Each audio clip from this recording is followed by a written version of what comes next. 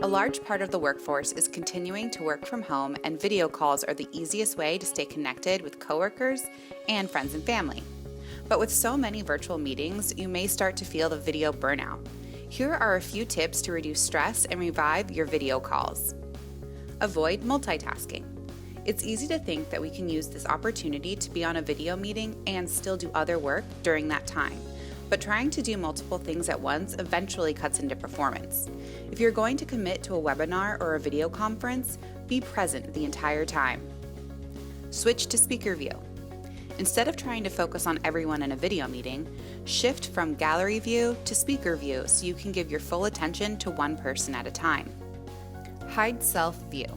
One major factor that contributes to our feelings of exhaustion from video calls is that we can now see ourselves and every facial expression we make. Minimize your camera to make the conversation feel like you are connecting face to face, and you may also feel less self-conscious. Use other forms of communication. Not every call needs to be a video call. Suggest switching some one-on-one meetings to phone calls or rescheduling to a later date to reduce the number of video meetings you are involved in daily, giving you the opportunity to recharge. Some people have found these simple changes minimize their fatigue. We hope they help you too. Thanks for watching.